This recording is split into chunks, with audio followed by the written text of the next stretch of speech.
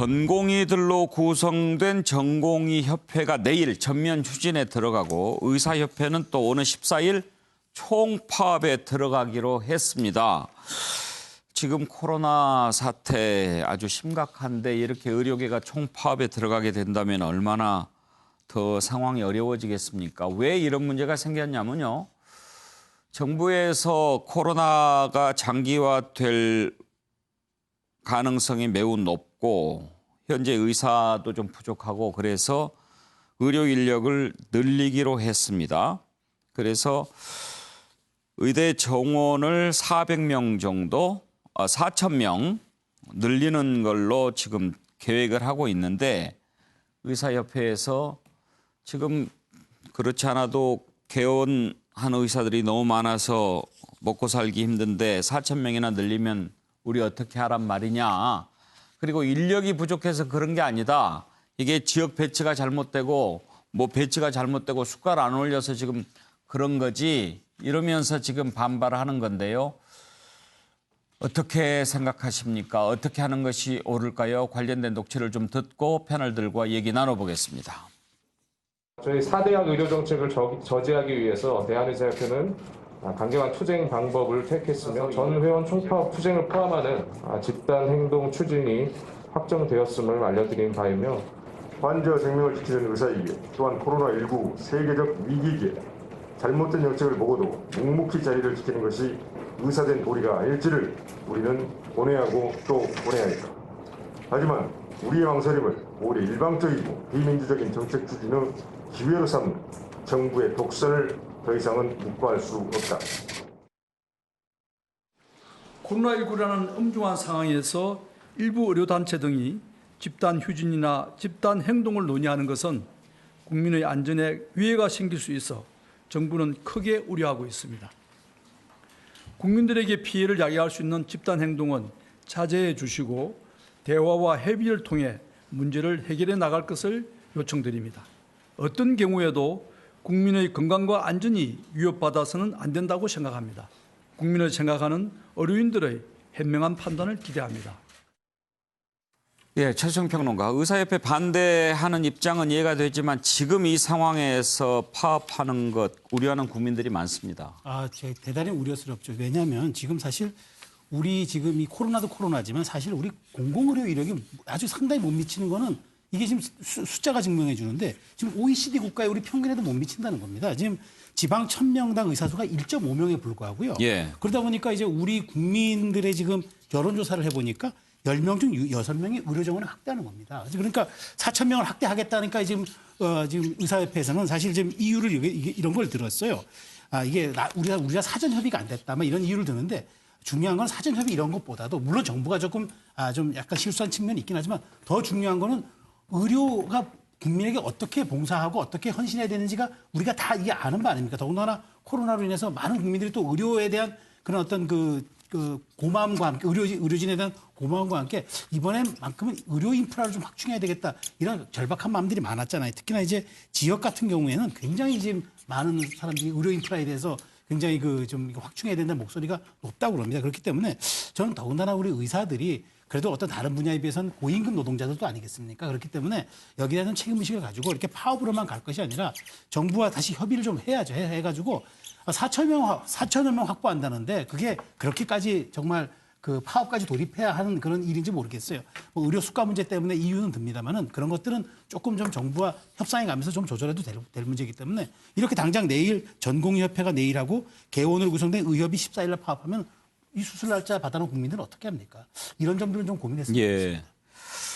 김영준, 이것은 두 가지로 봐야 할 것 같습니다. 첫 번째는 정말 의사 숫자가 충분하냐 부족하냐 하는 부분 하나, 그리고 또 이런 문제가 생겼을 때 정말 파업밖에 방법이 없냐, 대화는 안 되냐 하는 건데요. 그렇습니다. 이제 그러한 과거에 말하자면 의료 투쟁에 관행적으로 대처하는 것에 좀 아쉬움을 갖고 있고요. 또 인력이 다 뭐 충분하다 하더라도 인력이 갖고 있는 어떤 개별 분과 말하자면 의과, 뭐 산부인과, 또 뭐 외상, 외과, 내과 이런 부분들 세분에 들어갔을 때 과연 그 이미 좀 불균형한 상태, 더군다나 공공의료라든지 또 실질적인 어떤 뭐 아주대학병원과 같이 정말 말하자면 외상 전문 의료진이라든지 정말 힘든 의료진의 확충이 사실 필요하고요. 공공의료진의 확충이 필요하고 또 그런 것에 대하여 말하자면 또 각 그 대학교 자체가 좀 세분화해서 고민해야 될 때가 와 있거든요. 이제 그런 부분들을 그냥 과거의 관성처럼 그렇게 이렇게 주장하는 것은 좀 맞지 않다. 지금은 아니다 그런 생각이 들고 예. 다만 말씀드린 것은 그동안에 올해 한 해 동안 사실은 코로나 때문에 모든 우리 의료인들이 수고 많이 하셨습니다. 예. 간호사 여러분, 의료진 여러분 하셨습니다만은 이제 그런 부분을 마치 이 인질로 잡듯이 저당 잡아서 말하자면 이 현재 집단적인 행동을 나설 경우에는 정말 의료인 본연의 자세에서 벗어난다라고 하는 또 뜨거운 어떤 눈총이 돌아가게 되면 앞에 해왔던 모든 어떤 고생, 수고들이 수포로 돌아갈 수 있습니다. 그래서 국가 전체의 비전을 통해서 우리나라 전체의 어떤 의료 공백을 줄인다는 큰 마음으로 다시 한번 자리 안에서 보건복지부와 의료단체들이 협의해 나갈 그런 것이 더 좋은 것이 아닌가 그렇게 생각합니다. 김두수 평론가 더구나 지금 코로나가 장기화될 거라는 게 다 일반적인 전망 아닙니까? 그렇다 보면 의료인 수가 부족할 것 같긴 한데요. 지금 뭐 통계로 이야기했을 때 OECD 선진국 비교 상당히 우리나라가 적은 편입니다. 예. 상당히 적고 다만 오늘 그 전공의 파업 선언문을 보니까 본인들은 그러니까 의사 수는 뭐 적당한데 전공의 수가 적은 거 아니냐. 네. 그 정부가 솔직하지 못하다.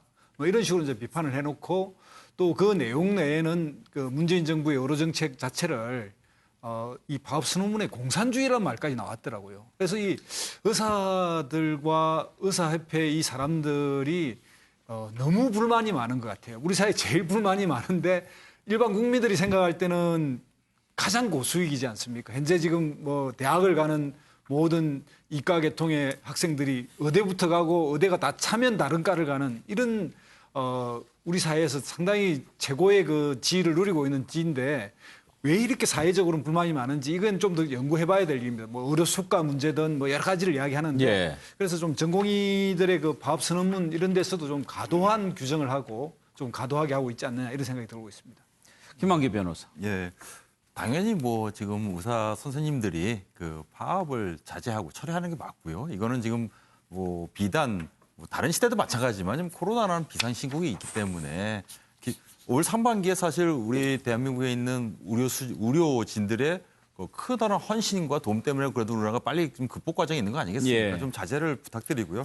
다만 정부 입장에서도 한번 이분들의 그 불만은 여러 가지 있지만 가장 핵심적인 것은 우리가 흔히 듣는 얘기가 있지 않습니까? 뭐 예를 들면 수술을 하면 할수록 손해보는 예. 구조라다. 뭐 이런 말도 있고 결국 수가 문제고. 그러니까 이런 부분에 대해서 좀 너무 코너로 모지 말고 충분히 소통하는 것이 맞지 않나 생각이 듭니다. 네. 서정욱 변호사 말씀 저는 이게 부끄러운 과거부터 좀 고백하면 예. 옛날에 그 로스코리아가 변호사 늘릴 때요. 예. 저도 이게 반대 토론한 적이 있어요. 예. 그러니까 이게 누구나 자기 밥그릇을 소중하기 때문에 너무 이게 의사들을 비판적으로 막 몰아붙일 건 아니지만 지금은 부끄럽습니까? 저는 이게 과거에 부끄럽습니다. 예. 변호사 수가 좀 늘어서는 게 국민한테 저는 옳다고 보기 때문에. 자, 그다음에 의사도요. 저는 적정 의사 수를 찾아봐야 돼요. 우리나라 1000명당 2.4. 근데 OECD 평균은 3.4. 훨씬 높지 않습니까? 그렇다면 이게 의사협회에서도 좀 이게 그 국제적인 기준이라든지 여러 가지 비교해서 충분히 저는 타협 여지가 있다. 이렇게 보고요. 그다음에 두 번째 파업하더라도 꼭 안 해야 될 부서가 있어요. 예. 응급실, 수술실. 이런 게 필수 인력까지 파업하면요. 그렇죠. 이거는 이게 부작위한 살인죄입니다. 극단적으로 말하면 국민의 생명권을 침해하기 때문에 이런 분들은 자제해야 된다. 이렇게 말씀드립니다. 네.